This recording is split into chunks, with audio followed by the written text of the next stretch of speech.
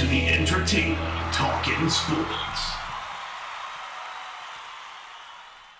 What is going on, football fans? Back at it with another New York Giants video. And in this video, I'm going to talk about the future of Eli Manning and whether or not he will continue to play in the NFL. He was asked about that. Of course, yesterday was an incredibly special moment for me as a New York Giants fan. It should have been for all New York Giants fans. And I was happy to see that all the fans at MetLife Stadium gave this man a standing ovation for what will probably be his last start in a New York Giants uniform and will almost certainly be his last start at home in a New York Giants uniform. We'll have to wait and see if he does play Week 16 against the Washington Redskins. But by all accounts, Daniel Jones is very close to returning from that high ankle sprain. But yesterday, Eli Manning did what he did. He got the win. He found a way to get a win yesterday, and he broke a 9-game losing streak. Had we lost that game, it would have been the longest losing streak in franchise history. Now, of course, some people were upset because of the draft pick.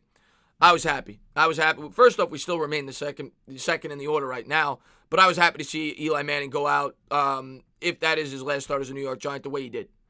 Getting a win, finding a way to get a win for us, regardless of who the opponent was, snapping that streak, getting his career record back to 500, because he deserves it. And if you're a true New York Giant fan, you should be happy for Eli too. I'm not saying that, I get the draft pick. I always say it's good for the future, but yesterday was a beautiful moment in New York Giants history as far as I'm concerned. Getting to see him walk off that way, getting to see him get the ovation he deserves. And for younger Giant fans, they don't appreciate him as much as I would. Because I saw this guy literally, when he came in the league, I was 19, 20 years old. So I've gotten to see him as an adult his entire career. And it was a special moment for me because he's gone through a lot of grief throughout his NFL career. A lot of grief by both New York Giants fans, by both outside football fans. And people have blamed him for a lot of the team's problems. And, I always thought that was unjustified. Does he deserve some of it? Sure, he's the quarterback. The quarterback always has to shoulder some of the responsibility. But he was provided with a horrible football team. And if the Giants did him right, if Jerry Reese drafted properly, if we brought in the right free agents, I think it would be a much different situation for Eli Manning in the later stages of his career. You look at what the Saints did. Drew Brees put up empty stats for 3 or 4 years there, 2, 3, whatever years it was, as he was approaching the later end of his career, putting up all those yards, but they weren't winning games.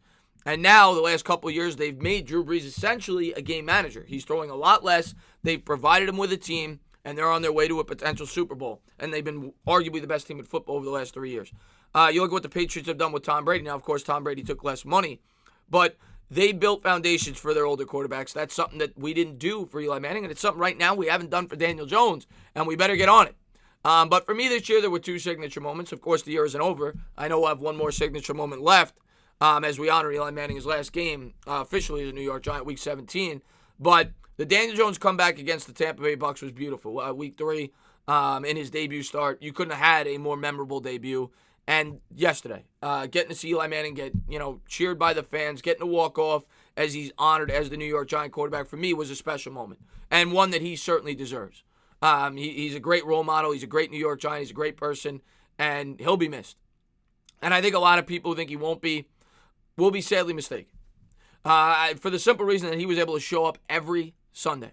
I think that alone is worth its weight in gold. That is the most underappreciated thing about Eli Manning. And it's not a knock on Jones, as I've said in previous videos. Most quarterbacks get hurt. And Daniel Jones has already suffered an injury in his first year as a quarterback.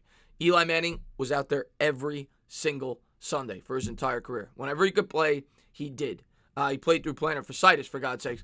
The guy was a warrior. The guy was a tough football player. And the guy got it done on Sunday. And yesterday, for me, was a beautiful moment as a New York Giant fan. But I want to talk about the future of Eli Manning. I want to take a look around the league because I do not think that he will be back as a New York Giant. It does not make sense for me for the simple reason you don't want any distractions for Daniel Jones. You don't want to do what the Jets did for Mark Sanchez.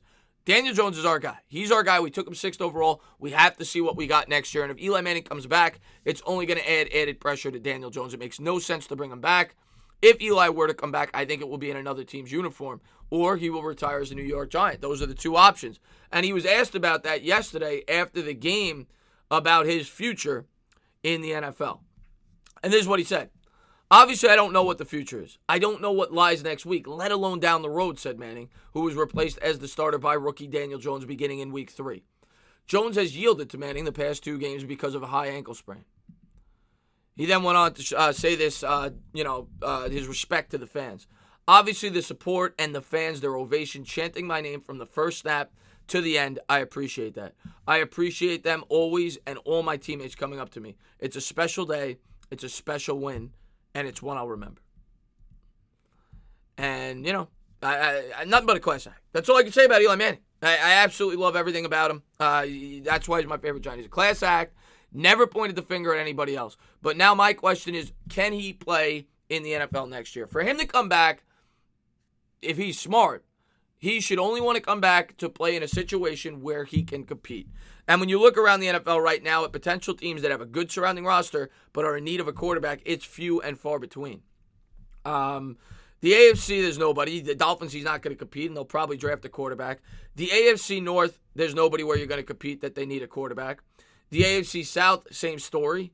The Titans, maybe, but the way Tannehill's played, I wouldn't think that they'd bring in Eli Manning on a 1-year contract. Maybe the Colts, you could argue, but Brissett has played fairly well there. Maybe. That's one situation so far in the AFC where you could possibly see him playing. In the West, if they let Carr walk, maybe the Raiders, if they didn't draft a quarterback. Even if they drafted a quarterback, maybe they bring on Eli Manning for 1 year. I suppose the Raiders are a possibility. And that's about it there. So, maybe 2 teams in the AFC, and that's stretching it in the Raiders and the Colts. And then in the NFC, I see nobody in our division. Maybe the Bears, if they were to move on from Mitch Trubisky, if they thought Eli Manning could get him to the promised land with that defense. But Trubisky's played good the last couple of weeks down the stretch. We'll have to wait and see how that plays out. In the South, I don't see anybody. Winston's put up stats over there with the Bucs. And maybe the Panthers, but are you going to be competitive there? And we'll see if they give Newton another shot. And that's another quarterback that could fill a vacancy somewhere else for these possible destinations who's much younger.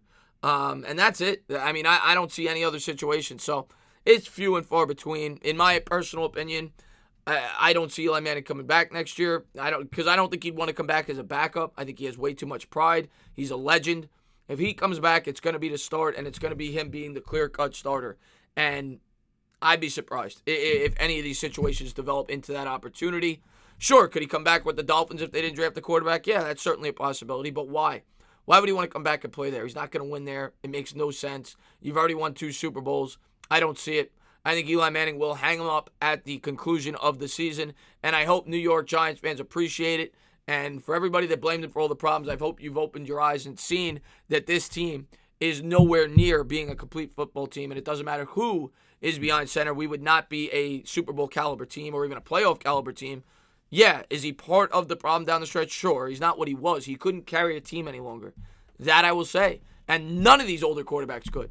But, I was happy to see Eli Manning get what he deserved yesterday, which was a standing ovation and respect from what I think is one of the best fan bases in sports.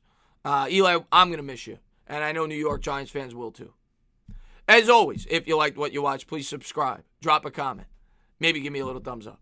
Cheers.